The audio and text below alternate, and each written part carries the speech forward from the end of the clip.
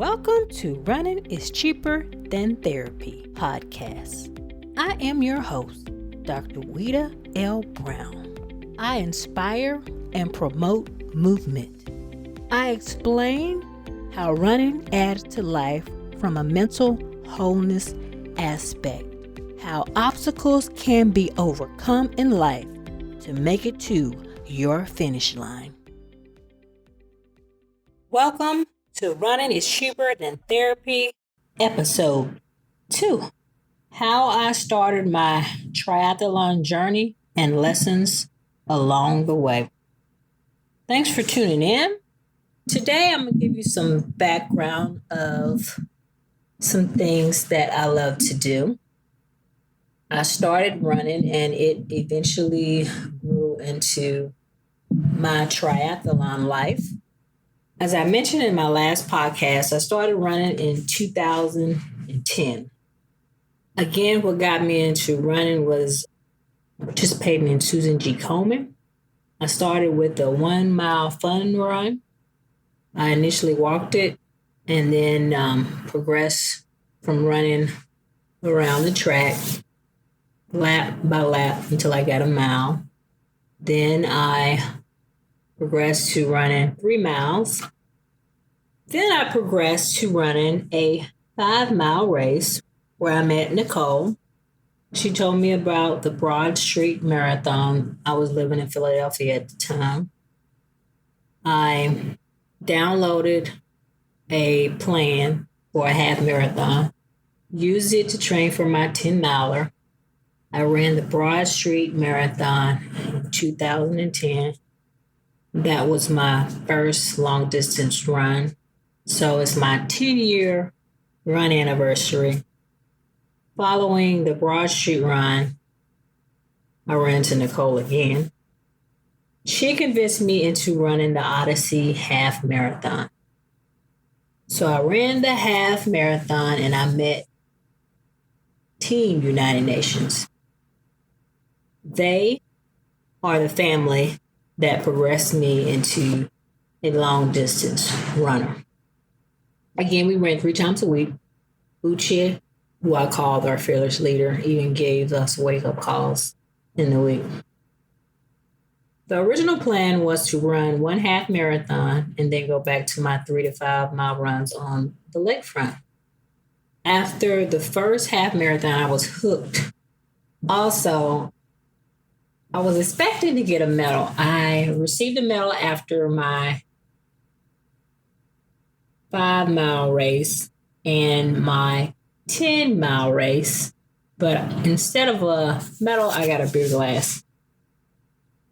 It was their inaugural race, and I guess they had limited funds. So I had to run another race just to get a half marathon medal, at least I thought.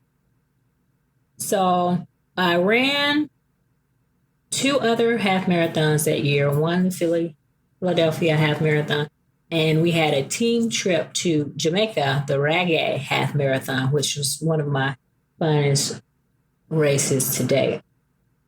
So I committed to running my first marathon 2011. I ran my first marathon, which was the SunTrust National Marathon in DC. I had a minor injury, iliotibial friction band syndrome. Again, this can happen with increased mileage. I went to physical therapy. I did what's called iontophoresis. Iontophoresis is basically where medication is put on electrodes and is transferred to the soft tissue, and it helps with a lot of soft tissue injuries. I also used lidoderm patches. I had to run this marathon. Giving up was not an option, which might have not been the best thing. So I ran the marathon around mile 14. It hurt to bend my knee, but I had to finish, and I had to do it in at least 15 minute per mile pace because they had a time limit for the race. I ended up averaging 13.59. I limped my way to the finish line. I actually wanted to give up. At mile 14, when it hurt to bend my knee, I was crying. I walked around and looked for an aid station or a medical tent to give up and for someone to take me to the finish line. I couldn't find anyone, so I thought maybe I could walk the rest of the way. If I could walk fast, I could make the deadline. So that's what I did. I limped. I kept going. And I made it to the finish line. A lesson that I learned in the midst of that race was to keep moving. The finish line will come, one foot in front of the other. I also learned that in spite of the pain, in spite of the difficulty, in spite of the obstacles, with faith, with determination, with will, you can make it to your finish line, whatever that is for you. So again, 9 marathons later, I'm still running. Several injuries, which I've mentioned before: Achilles tendonitis, plantar fasciitis, stress fracture, meniscus tear, chondral injury, IT band friction syndrome, mild episode of back pain, tarsal tunnel syndrome, midfoot pain, ankle sprains, and I'm still running. I might not be the fastest, but I don't stop, and I probably can outlast most people. So how did I go from running to triathlons? I moved to Chicago in 2013 following my knee surgery. After rehab, I was able to complete marathon number 8. This was in 2014. I live downtown near the lakefront, so I brought a hybrid bike. I used to ride leisurely with some ski friends. We also used to ride in the suburb. In 2017, my godson sent me a text message. He was telling me about a sprint triathlon that was in Jackson. He told me it was 4 hours. I would swim, I would bike, and I would run. And he thought 4 hours was adequate time for me to finish. So I laughed. I texted him. I'm like, do you just want me to come home? He said, yes, but this race is something you could do. So he knew that I biked and I ran, but he didn't know that I really couldn't swim because he knew how to swim. So he assumed everyone else did. So I told him that it was too short notice because the text was on Wednesday and the race was actually that Sunday. So I could not lie to my godson. So I bought a road bike, a used road bike. I joined Major Taylor Cycling Club of Chicago. I started taking swimming lessons. I had taken swimming lessons as a child, but only thing I remember is hating going, crying, Mr. Tanner throwing us in the deep end and making it to the shallow end by chance, by fate. I don't remember any technique. I also took some swimming lessons in Philadelphia. I made some progress, but I only could swim if I was holding onto the rope or the wall, which is really not swimming. So in 2017, I did my first multi-sport race. I did a duathlon. I ran a 5K. I biked, I believe it was 12 miles. Then I ran 5K at the end. It was so much fun. They also had a triathlon. They swam in the pool. I met a few triathletes and they were very encouraging and that I could learn to swim and this race might be an option for an easy race to start my journey. So that day I realized that while I can run and bike, doing them together was harder than I thought it would be. I also realized that while I had been running since 2010, that I'm a better cyclist than I am a runner. That year, while I was learning to swim and cycling with Major Taylor, I was also training for marathon number 9. I completed the New York Marathon, which was a great race, but I had been battling an injury prior to the race. I sprained my ankle on the lakefront. I stepped into a pothole. This was 2 weeks before the race. My ankle swelled. It was the worst ankle sprain that I had. I had had a few before, but they were mild. This one was significant. Again, I was not going to back out racing. So I did my own rehab. I wore compression socks during the race. The race started great. The first 18 miles, I did well. Then my ankles started to swell and the socks felt like tourniquets on both of my feet. It hurt just to walk, but I was determined I was going to make it to the finish line. I didn't have that far to go. New York is challenging because it has several hills. It starts off on a hill, but it's beautiful. The crowd support is great from start to finish, from the front professionals to the back of the pack runners. I leapt my way to the finish line. I had tears of joy at the end. I had completed marathon number 9, and I was happy. Following completion of my marathon, I continued to learn how to swim. Swimming was my biggest hurdle. I had intense fear. I was fine in the shallow water. I got to the point. We did a series of drills. I finally made it to actually swimming to the deep end, but it was interesting. I did fine in the shallow, but as I went to the deep end, something in my mind clicked, and I was always fearful. I got to the point where the drop in the pool didn't bother me. I also developed endurance. At first, it took me forever, and I often used to stop, even trying to do one lap. Part of it was fear, depending where I was swimming. At LA Fitness, where I usually swim, it's shallow the entire lap. Where we had swimming lessons on Sunday, it was the deepest part, I believe, was 9 feet. So every time I got to that point where it got deeper, in my mind, fear crept in. So I had to keep going. And eventually that fear went away. I'm no longer fearful in the pool. Even when, say, I drink too much water, I just tread and keep going. It's not the fear I used to have when I was learning to swim. I did my first triathlon in 2018 on the 4th of July.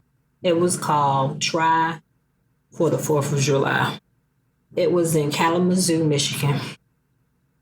It was unseasonably warm that year. The water temperature was too warm to allow for the use of a wetsuit. During the briefing, when I was told that it was too warm to wear my wetsuit, I almost cried. I think I did shed at least one tear. The race director saw me and saw the intense fear and told me I could use my swim buoy.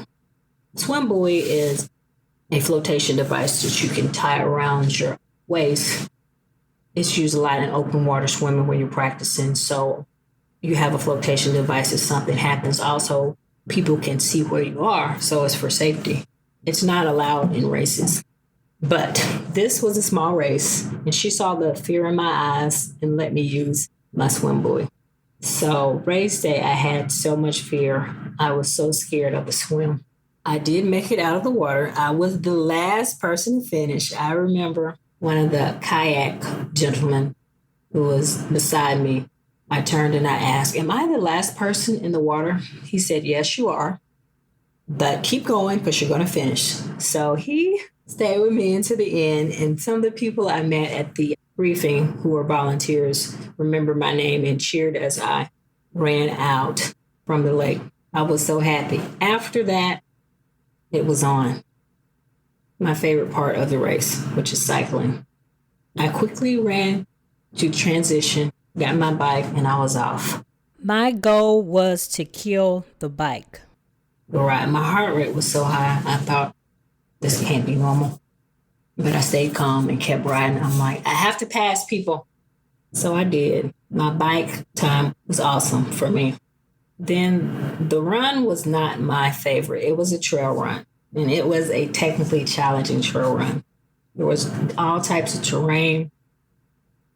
There were steps. There were branches. You had to pay attention to your footing or you would fall. So it was not my favorite run, but I made it to the finish line. And I became a triathlete. I had done some indoor triathlons, but this was my first open water triathlon. I was happy. My second race was a sprint. This was a race where I went home so I could race in my Godson see me race. This was in Meridian, Mississippi. The swim part, again, freaks me out. So I did a practice swim the day before, and I made friends with the kayak guy. So he told me he would look for me the following day. So the following day, of course, I'm nervous at the start line. My family ran a little late, so they did not see me start the race. I started the race, and I got a little nervous with all the people around me, so I just stopped and I raised my hand. I just wanted to hold onto the kayak. It took them forever to get to me, and I thought, I'm glad I'm not really having problems because I would drown by the time the kayak person came. So I grabbed a kayak, caught my breath. Then I saw my kayak friend I met the day before. He makes his way to me. He said that they wouldn't allow him to come to the start. There was too many swimmers. So he actually stays with me to the end of the race. He says, come on, you got it. At the end, I sped up because I could see the finish line. He was like, wow, you're doing great. You're doing great. So I made it to the finish line. I run to transition. I get on my bike, which is my favorite part again. It starts with a hill. I had ridden the course the day before, so I knew the challenging parts of the ride and where to turn. I see my god kids and my best friend, and I see my brother. I get back and I see my family again. The run was easy, but it was so hot. I had to stay focused and I had to look good because I had family watching me. So I had to make a good impression, not like I was suffering. I also met a few members of the Black Triathlon Association from Jackson and a couple from New Orleans. They were very supportive and very helpful. I also met other triathletes from mainly Mississippi, but there were a few people from out of state. I asked them for advice, and I asked them, did the nervousness ever go away? They say no, it gets better, but it never fully goes away. So I felt like I wasn't alone, even though I think my nervousness was on 100 and theirs might have been on 2 or 3. My next race was Chicago Triathlon. It was my third. And again, I was nervous in the swim. It was actually, Lake Michigan was calm that day. But I was so nervous. There were so many people. So I tried to swim far away from everyone. I took maybe 2 or 3 strokes. Then I would tread. Then I would take a few more strokes. Then I would tread. Joy, who was also a member of Black Triathlon Association, a coach, she kept yelling, Weta, keep moving. Weta, keep moving. So she was like, do 9 strokes. So I still did maybe 3 or 4. She would yell, that's not 9, Weta, keep moving, keep moving. So she stayed with me the whole time I was going out. I turned around and I kept my same pattern of 3 or 4 strokes. Then I would tread. Every kayak asked me, are you okay? I said, I'm fine. I finally make it to the end. Someone grabbed my leg. I'm not sure if it was by accident or if it was intentional, but I got the worst cramp. I kicked and then I couldn't move. So they had to pull me out of the water. I ran back to the bike. Chicago Triathlon has the longest transition ever. I get to my bike. Then I start again my favorite part of the race. Chicago is flat and it wasn't windy that day. So I had a great pace. I saw my coach and he was like, speed up, Weta. So it motivated me to push it even harder. Part of the race is on this road called Wacker Drive. And it's basically underground, so there's no wind. And there's an opportunity to pick up a lot of speed, and I did. It was awesome. So I finished the bike, made it back to transition. I then started the run. I ran by the Infinity 10th, which is a team I train with, and had great crowd support. I was so hot. It was really hot that day, and they actually stopped the race. Many people couldn't finish depending on when you started. I was able to finish. So I was able to successfully finish my third triathlon. I had made it. I still had swimming episodes where I freaked out, but my swimming had improved significantly. My next race was my A race, my big race, the race that I had been training for, the race that had me so nervous. My coach picked a current assisted swim. There is a video of a Lay's potato chip bag floating down the swim course. So the theory is if a Lay's bag of potato chip can float down the course, that anyone else can. So the reason I picked Augusta was mainly due to the swim. Also, there was a significant amount of crowd support.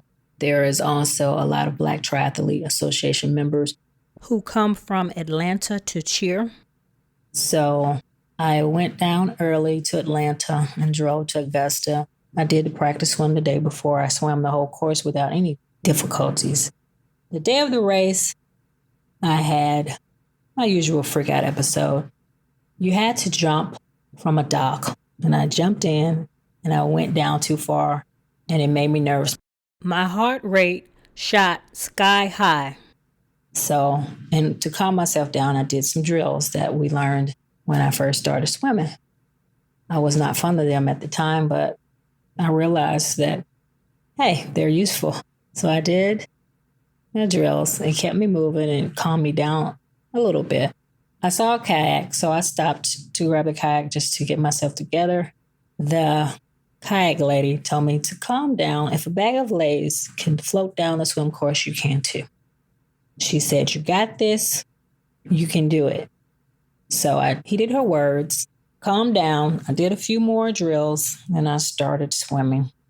I started saying my mantras. I have mantras to keep me calm, keep me focused in the swim. I usually say I can swim because I have the technical skills. I may not be perfect, but I can swim, and I won't drown if I stay calm. So I can swim is one of my mantras. Jesus is Lord is my other mantra. I say 3-word mantras because it's in line with my stroke. I say Jesus is Lord because I say he's Lord of everything. He can control the river, the lake, or whatever I'm swimming in that day. He's in control of that, so he has control over me, and there's nothing I need to worry about. I also sometimes sing. One of my friends, Derek, gave me that advice. He said it helps calm him. So I may sing a song as well to go along with my mantras. So I finished the swim. I was so happy when I finally made it to the end. I looked at my watch, and for some reason, my Garmin didn't pick up my swim time. So I was nervous. I'm like, did I make the cutoff? Did I not? They didn't stop me, so I kept going. So I ran to transition. The swim, the water was too warm, so it was wet, not wetsuit legal, so I used a swim skin. Which does help with gliding. But it's not as helpful as a wetsuit. So I take off my swim skin. I already have on my tri-suit. I mount my bike and I start the bike. The bike, again, is usually my favorite. This bike was difficult. What made it so difficult was it was hot. There were hills, and then I developed this stomach pain. It's almost like a side stitch. It wasn't like a typical stomach pain. It felt more like a muscle type pain, like when you run too fast and you get a side pain. It started around mile 30 and it never went away. And the more I ate, it got worse. So I just kept pedaling, but my pace kept decreasing, and it bothered me because I wanted the bike to be strong. I wanted to make a certain pace. Before each race, I make a race plan and I put my goal pace, goal time, and then I put the pace or the time I need in order to finish. With triathlons, particularly when you get to the Ironman and the half Ironman distance, you have to be finished by a certain time. Yeah, your swim has to be completed by a certain time. Bike has to be completed by a certain time. And the whole race has to be completed by a certain time. So it's not just, I just want to finish, but you have to finish in a certain time. And then after you meet that goal, and there's other goals, aspirations, podium, first, second, third in your age group, Kona, for all those who have those aspirations. My goal right now is to finish and to try to do better with each race. So I really wanted my cycling time to be great. I finished. It wasn't as fast as I had liked, but my stomach still was bothering me. It wasn't excruciating. So I stopped by the porta potty though, and I started to run. The run wasn't bad. It's flat. It just was so hot. And there was very little shade. So I ran. The crowd support was awesome. I had a few of my cycling friends from South Carolina drove up to cheer me on, which was awesome and wonderful. And I appreciated the support. I saw them several times because they're loops. And also there was a large contingency of Black Triathlon Association. My coach wasn't there, but he texted one of his friends, which is also a member of Black Triathlon Association, who was there cheering. And she gave me a message from him telling me to speed up. I didn't know if my time would have been over because I didn't know my swim time. I knew my cycling time was good. And so I didn't know how much wiggle time I had on the run. So my goal was to keep moving. I did a run walk, and at the end I did more walking than running because with the heat and I was fatigued, but I had to keep going because my goal was to finish and not DNF. If you go over those times, you get a did not finish. Those are dreaded words for any triathlete. So I kept running. So I kept going, one foot in front of the other. It was hard, especially at the end. I got to the last turn, and I remember talking to a gentleman who'd done 10 Ironman. He said, before you get to the finish line, if you have time, fix your hair, fix your face, fix your clothes, because the video is forever. So that's what I did. I tried to fix my hair. I had lip gloss in my pocket. I put some on. I straightened up. I ran. I smiled, and I crossed the finish line. I had completed my first half Ironman in Augusta, Georgia. I was so happy. I had no idea what my time was. So my friends from South Carolina were tracking me. So I looked at her tracker, and I had made the cutoff. I did not get a DNF. So I was happy. That completed my first season of competing in triathlons, my second season of multi-sport racing. So my second year of triathlon racing, I had high aspirations. I wanted to complete a full Ironman. So I took more swimming lessons. I actually signed up to take swimming lessons outside of my usual triathlon coaching. So I swam 3 to 4 days a week. And 3 of those days were with a coach. I continued to run. I developed some injuries. And my pace never picked up to the pace that I liked, but I was battling injuries. So as I mentioned on another podcast, I love running, but I have a love-hate relationship with it because when I pick up speed, I get injured from either doing too much running, doing too much speed work, or doing too much hill work. So it's a fine balance. And I'm still trying to find the key to speeding up and to not getting injured. So my second year of triathlon training, competing, I also, due to my love of cycling, was talked into doing some criterium races. And criterium races are you ride around a fixed track with other cyclists. And there is actually a technique in winning. Usually the technique is best if you have other team members. It's best to draft and to have someone draft and to share the lead because they would pack, but you want to conserve enough energy and not burn enough matches, as they say. So you have enough at the end to sprint and beat everyone else. So I remember my first race. No one told me. I thought you just ride fast. So I was riding and I was in the front and I was thinking, why am I in the front? I know I'm not. This is my first race. And they let me in the front. So after a few laps, I fatigued and then everyone passed me. And I realized, that wasn't the proper technique. So I fussed at the gentleman who talked me into racing. You need to, tell me about the technique. I'm not great at it, but it's fun. And also helps with bike handling skills. So my second year, I did Terre Haute was my first sprint race. And that race was awesome. I love the bike. It was a little windy, but I love the bike. I did a sprint. So the distance allowed me to really push it.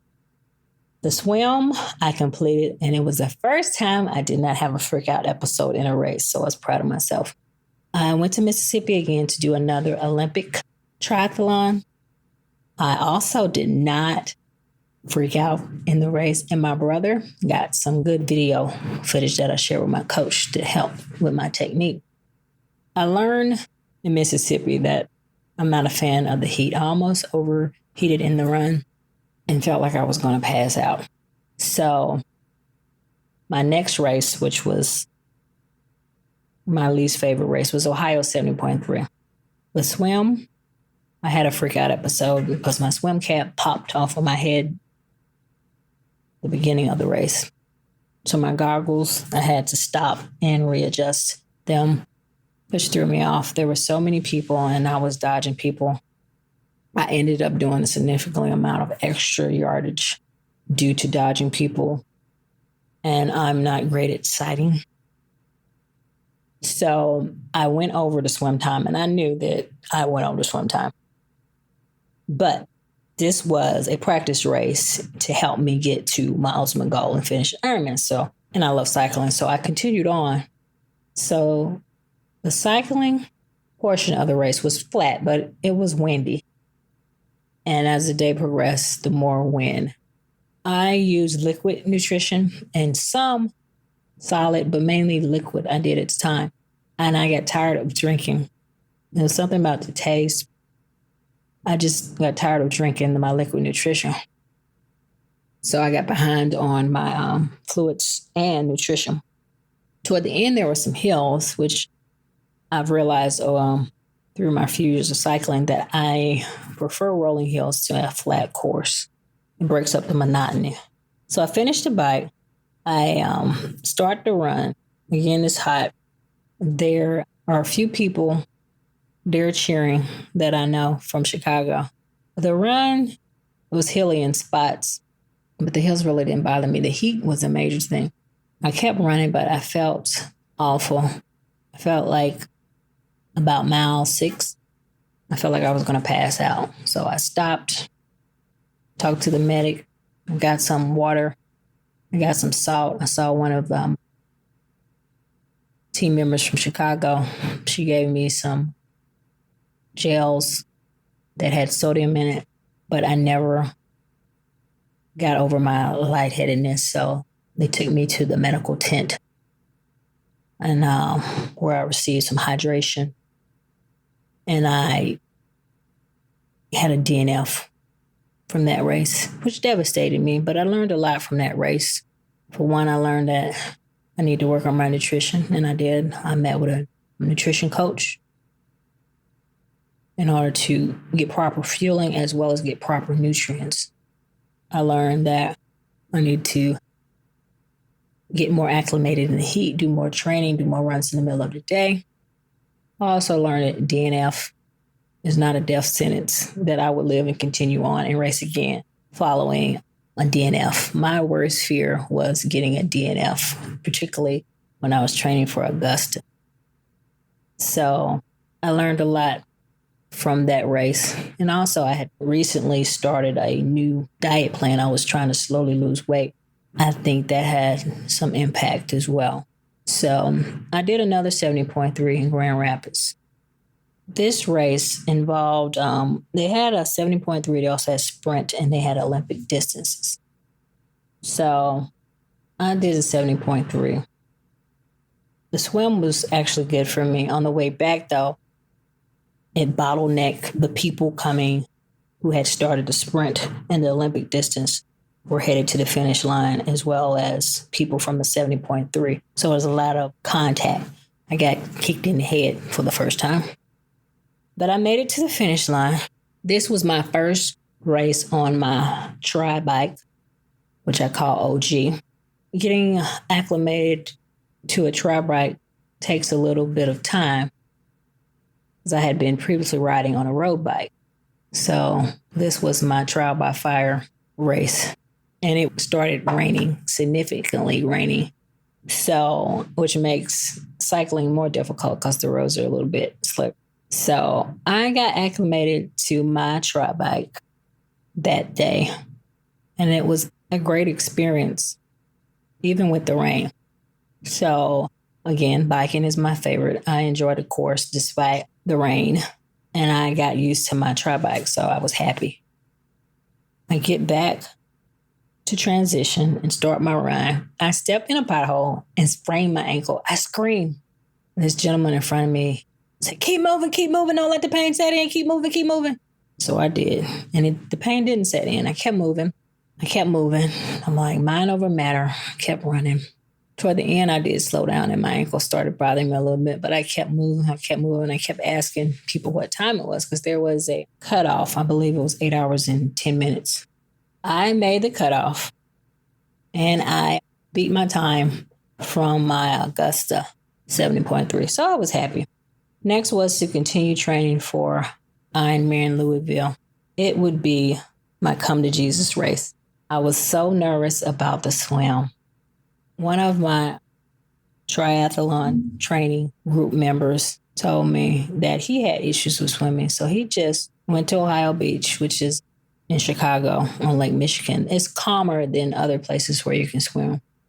It also has lifeguards if you go in the day, and has ladders on the side. So if you get into trouble, you can easily get out of the lake.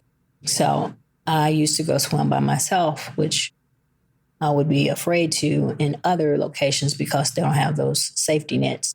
I was diligent with the extra swim lessons, with going to Ohio Beach. So I felt that I was prepared for my swim. Unfortunately, due to green algae, the swim was canceled. I was thoroughly disappointed, but You race the race that you are given. so October 2018, I completed my first Ironman race. I was so nervous. I was almost crying even at the beginning of the race. Tears of joy, but I was nervous as well. The bike, again, is my favorite. We had gone to Louisville on 2 weekends, so I knew the course like the back of my hand. I had driven the course on numerous occasions. So I felt comfortable. I felt prepared for the race. I knew where all the hills were.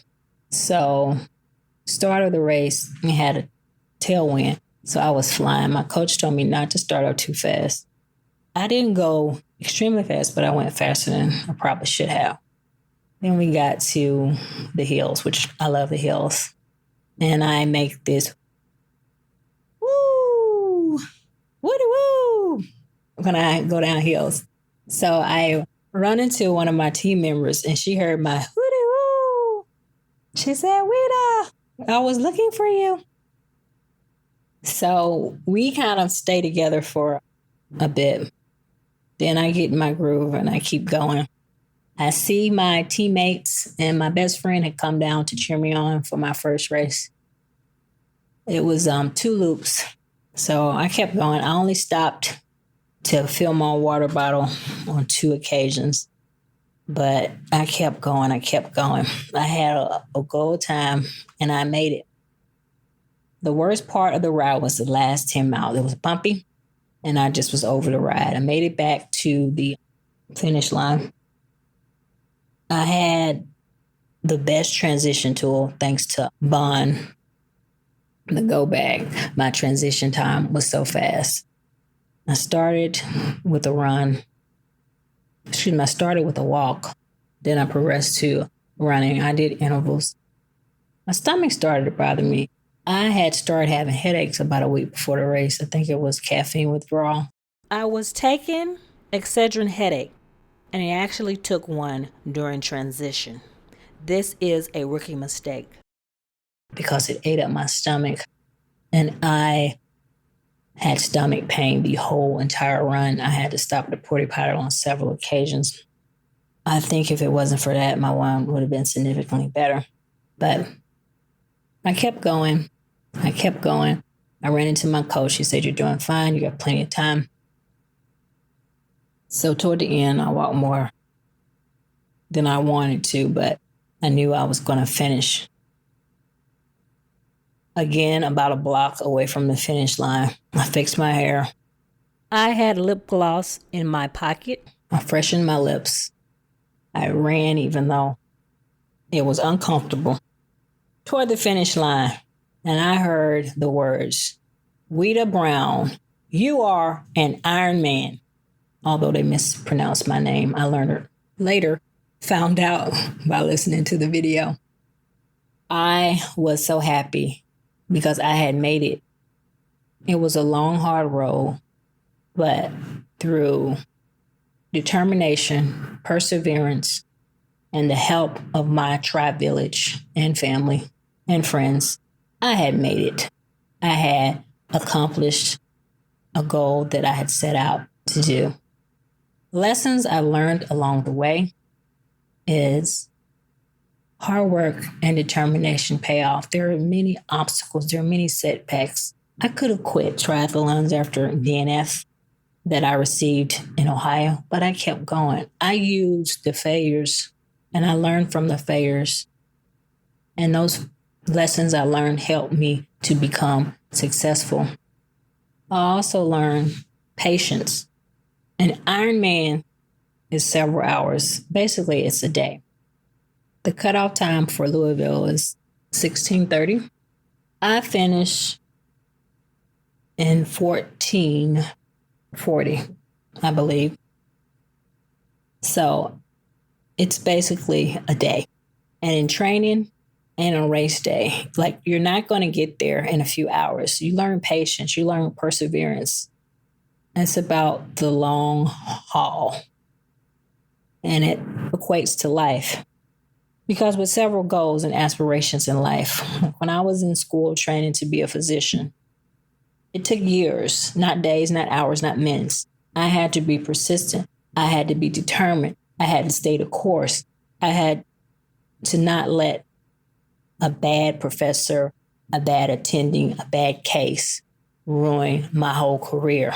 I had to keep going. I had to keep moving. I had to lean on my family. I had to lean on my friends. I had to lean on my professors in school. I had to lean on my village.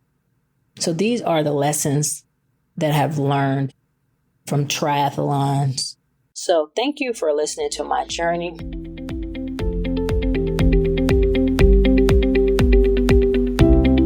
That wraps up this episode of Running is Cheaper Than Therapy podcast. Thank you for tuning in. Please, if you already haven't, download Running is Cheaper Than Therapy podcast on iTunes, Spotify, or however you listen to your favorite podcast.